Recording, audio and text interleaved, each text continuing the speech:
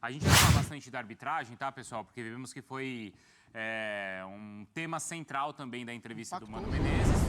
A gente vai ouvir também, claro, o Renato falando sobre isso. E aí, depois que o Renato falar e a gente ouvir a opinião do Renato, aí a gente também discute, chama o Gaciba para avaliar. Sobre o Corinthians, o Pac, acho que sobre o resultado, né?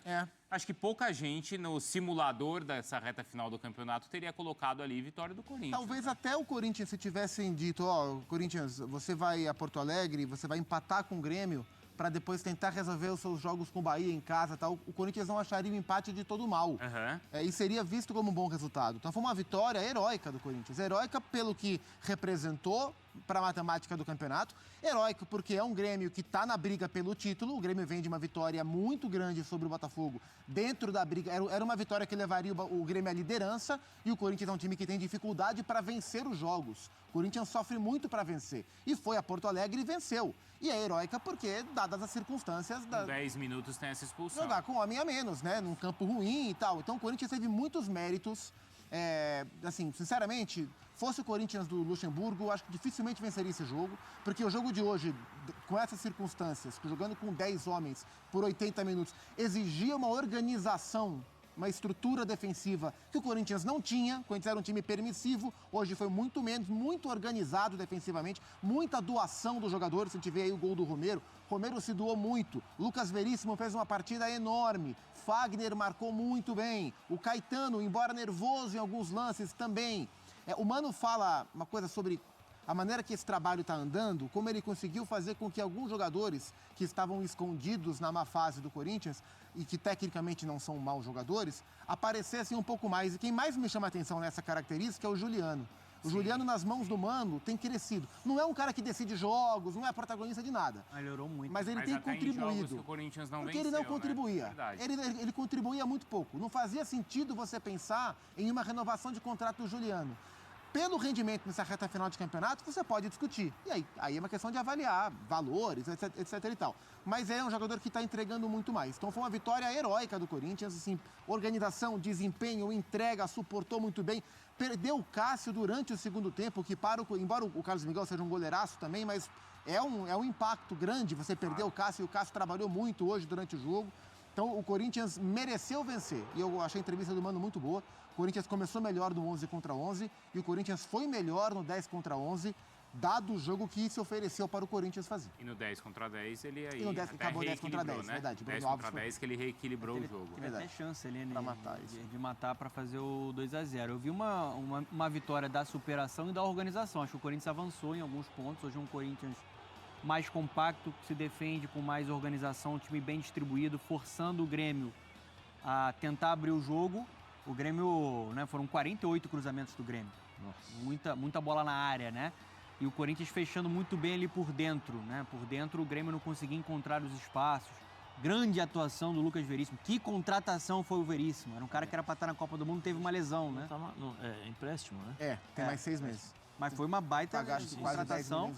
O Juliano, eu acho que é um cara que tem que ser citado, porque ele melhorou muito com o Mano Menezes. E eu também vi uma atuação muito boa do Bidu, viu? O Bidu foi forçado ali também defensivamente e hoje achei que ele conseguiu ser um destaque também desse Corinthians que avançou. O Corinthians começou, como o Mano falou, com 3 zagueiros, né? Então era para marcar. Que ele precisava de uma organização defensiva e ele muda o esquema do time para isso, mas que com 10 minutos os planos dele vão embora. Então a linha de 5 desaparece porque o Bruno Mendes é expulso. A gente vai analisar, mas foi uma expulsão infantil, inaceitável do Bruno, né?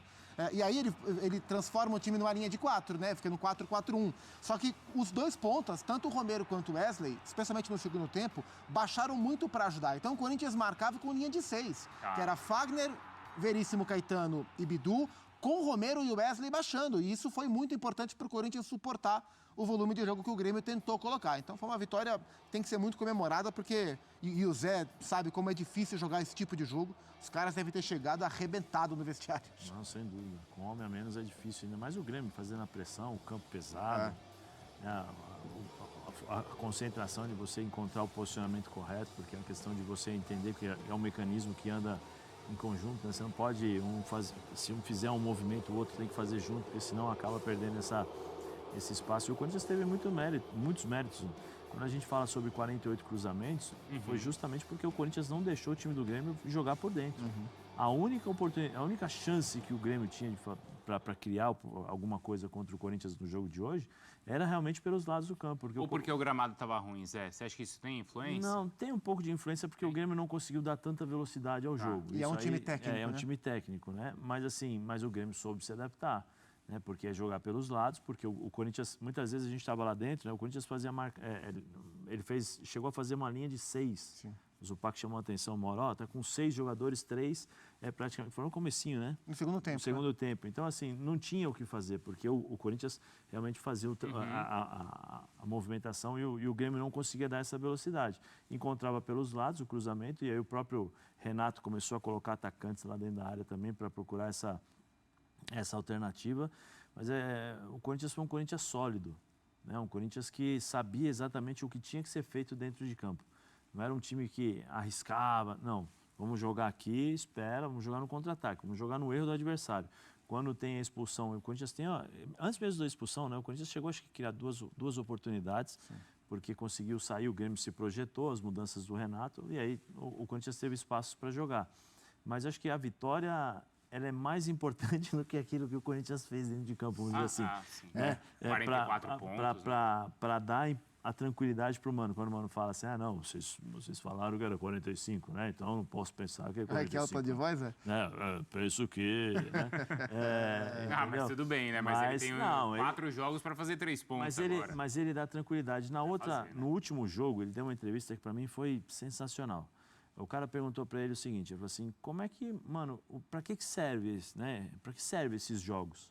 Esse jogo especialmente, para que serve o que serviu para você? Ele falou assim, para entender quem são os homens que nos momentos difíceis eu posso contar com eles. Olha aí. Por isso que até ele tem colocado menos meninos e mais os cobras, né? Por isso que eu acho que essa vitória foi importante e significa muito, por exemplo. O Mano eu acho o Mano um bom treinador.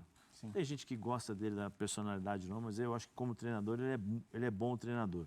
Né? E aí você consegue, se você pegar todas as entrevistas do Mano, do primeiro dia até hoje, você vai ver que é uma sequência. O primeiro jogo é o A, o segundo jogo é o B, o terceiro jogo é o C, entendeu? Ele tem uma linha de raciocínio e ele está trabalhando dentro dessa linha de raciocínio. O problema é que o futebol tem muitas variantes, e nessas variantes você acaba descobrindo o que é certo, o que é errado, a dificuldade, o que você conta, o que você não pode contar. E hoje foi exatamente isso. O Donan já tinha falou do Veríssimo, né? Você lembra quando eu falei para você aqui sobre liderança na época do Botafogo? Lembro. Quando nós estávamos conversando? Faz tempo.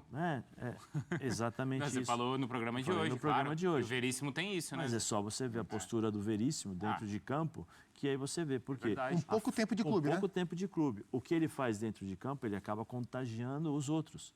Né? O primeiro cara que foi abraçar quando acabou o jogo foi o Gil. O Gil que não jogou. O Gil saiu do banco, foi lá e deu um abraço, tal. E é isso que contagia os jogadores. Né? Você vê, mesmo o Fagner tem quantos anos de clube? 10. Ele não tem hoje a liderança que tem o Veríssimo. Ele não consegue, por mais que seja duro, que eu acho que ele até exagera em determinados momentos, mas a postura do Fagner sempre foi aquele cara, o cara joga duro, é um pouco o Corinthians, tal. Você acaba se espelhando em determinados momentos. Não nas entradas fortes que ele exagera, que eu acho que não. Mas hoje o Veríssimo é o grande líder do Corinthians. É mesmo, Zé? Para mim é um cara que entrou e mudou. Eu falei isso no jogo contra o Estudiantes, que a trave ajudou o Corinthians lá naquele momento.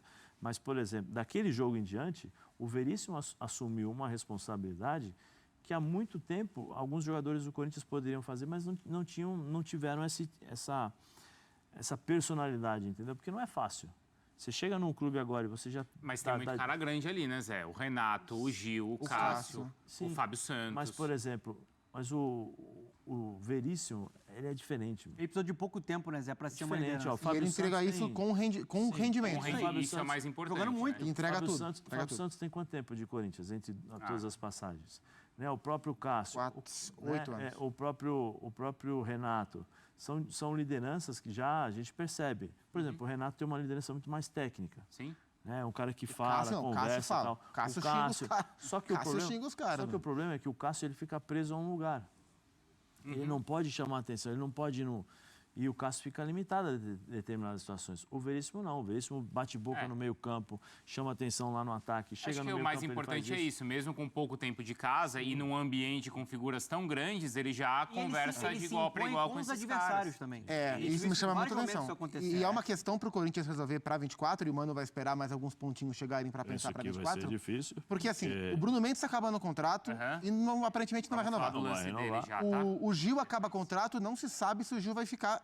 Eu tenho até informação que antes dessa grande fase que o Gil está vivendo, nem o Gil sabia se ele, Gil, queria renovar. Sabia se o Corinthians quer renovar também. Mas ele foi fundamental nessa. Não, tá jogando muito. Né? Só ficou hoje fora por causa de cartão, porque ele tá pendurado. Então você vai perder o Bruno Mendes, você pode perder o Gil e o Veríssimo vai embora, não, mas ele tem contrato de empréstimo só até o meio do ano. Então a zaga é um setor que o Corinthians vai ter que olhar para a próxima temporada. A gente vai ver já na sequência, tem o Renato agora, tá? E depois já vamos chamar o Gaciba para participar, porque a gente vai discutir o lance ou os lances polêmicos desse jogo e que envolveu até uma confusão enorme no intervalo da partida com o dirigente do Corinthians, o gerente de futebol, não é, Zupac? O Alessandro tentou invadir a sala do VAR. Mas A sala do VAR é no Rio, mas ele tentou invadir lá. Não interessa. Tinha uma porta, ele tentou entrar. Entendi. Entendeu? Porque ele estava revoltado. E a gente vai ver essa cena porque a gente está brincando, mas não pode acontecer o que aconteceu lá, né? E a gente já vai ver essa imagem. Mas o Renato começou a falar, então a gente acompanha o técnico do Grêmio agora. Esse lance é muito didático, Zé. Ele é muito bacana da gente avaliar por todas essas alterações pequenas que existiram na regra depois da entrada do árbitro de vídeo. Para mim não existe impedimento aí, que o pessoal está dizendo que tem um impedimento anterior. E se existisse, tinha que mostrar. Olha, eu não chamei para o pênalti porque tinha impedimento anterior, viu? Por isso que eu não chamei. Senão não tem transparência. Todo mundo diz que existe transparência. Mas não existe possibilidade de impedimento dessa jogada. E por isso que eu pedi a imagem aberta. Então, para mim, há o pênalti. Detalhe, o jogador está tentando alcançar a bola. Ele está tentando disputar a bola. Ele não vem somente para empurrar o adversário de maneira grotesca. Essa é uma alteração na regra. Como essa bola está ali numa disputa, né, o jogador do Corinthians usa o corpo para protegê-la e é atropelado, para mim a decisão correta nessa jogada é a marcação de tiro penal e como a bola está no contexto de disputa, cartão amarelo. Essa bola segue, é lançada na esquerda e ao entrada com a sola da chuteira no tornozelo do adversário com uso de força excessiva, né, sem sombra de dúvidas, cartão vermelho. Né? Nem mesmo os jogadores do Corinthians cogitaram isso. E aí vem uma pergunta. Tá, Gaciba, mas se tem o pênalti anterior, anula aqui? Não, não anula. Tá. Para mim, a decisão correta nessa jogada é o árbitro de vídeo ir à beira do campo, observar as duas jogadas, ver que houve a penalidade, então ele volta atrás tecnicamente, marca o pênalti, apresenta cartão amarelo para o jogador que fez o pênalti, o jogador do Grêmio que fez o pênalti, vai ao jogador do Corinthians e troca o cartão amarelo pelo vermelho. Olha que confusão. Olha quanto erro em 5 segundos que aconteceram e teriam que ser corrigidos pelo árbitro de vídeo.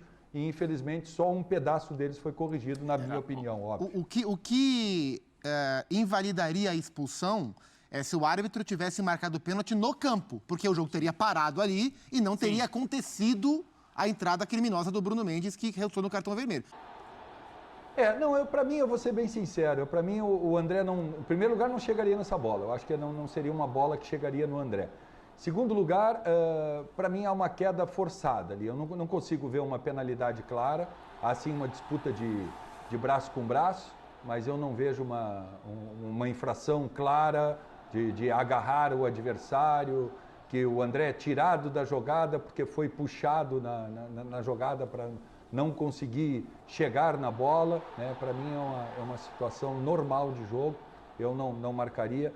Essa é uma das 8 ou 9 quedas que tiveram dentro da área, né? Durante todo esse jogo. Foram teve uma igual ao do Soares, assim. Do Veríssimo no Soares. Do Veríssimo no Soares, não teve? Foi. Assim, eu tô vendo, eu não vi as outras imagens. Acho que era o Veríssimo também ali dentro. Por essa imagem que eu tô vendo aqui, eu não achei pênalti.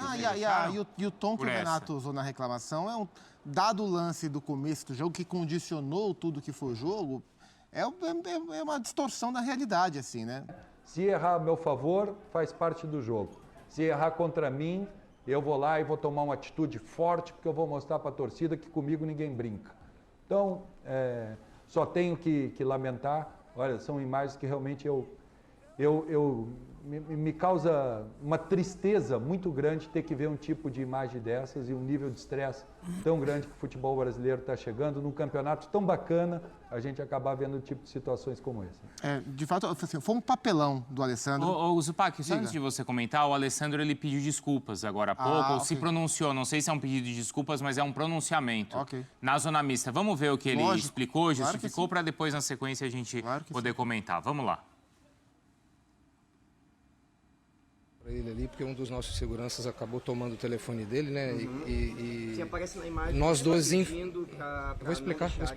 Nós dois, infelizmente, estávamos numa zona que não era permitida, né? Tanto o companheiro de vocês da imprensa como eu. Ali é uma área reservada para o VAR, mas eu fui protestar, né, pela incompetência do Trace em não ter auxiliado o árbitro de campo num pênalti escandaloso como aquele. Não é um comportamento decente para um gerente de futebol, para um executivo de futebol, para quem está dentro de uma estrutura profissional. Mas eu precisava me manifestar, foi numa forma de protesto, não foi agressão. Eu bati numa porta, porque ela estava fechada, mas se ela tivesse aberta eu com certeza falaria com alguém, como assim fiz falando com o árbitro do jogo, mesmo que de uma forma mais ríspida. Mas foi um protesto, né? Eu peço desculpas novamente pelo nosso segurança ter tomado o telefone do companheiro de vocês aí de trabalho, mesmo que ele estando numa área indevida, como também eu estava naquele momento. Você teme uma punição por ter feito essa tentativa ali de entrar na sala? Isso cabe a quem, ao STJD ou ao que relatarem ao episódio. Eu estou aqui para assumir os fatos, o que ocorreu, a forma que eu protestei. E a forma absurda que o árbitro de vídeo não chamou o árbitro de campo auxiliando para assinalar o pênalti que escandalosamente ocorreu e ele, pela incompetência ou sei lá o que, não teve a iniciativa em chamar o árbitro e transcorrer de uma forma natural, que era o que ele deveria ter feito. Para um pouquinho, para um pouco de cena. Eu acho que foi muito mais cena do que realmente protesto.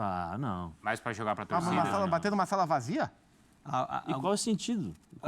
Aí é pior ainda. Qual é o sentido? Aí é pior ainda. Deu uma corrida lá na... Mas o Pac, presta atenção. Ele sabe, todo mundo sabe que o VAR é no Rio de Janeiro. Pois não, eu sei. Que ele vai bater lá na porta? Vai fazer o quê? E outra, bate na porta, dá 2 batidinhas e sai? Quem vai protestar, desculpa, eu já vi, o protesto é o seguinte, o cara bate na porta até abrir, arrebenta a porta, faz um monte de... Bate lá e sai? Desculpa, Alessandro, eu sei que você reconheceu o erro ali, mas o teu erro foi querer fazer esse tipo de coisa. Isso aí não é nem questão de estar errado ou não, é questão de, pelo amor de Deus, cara, é vergonhoso.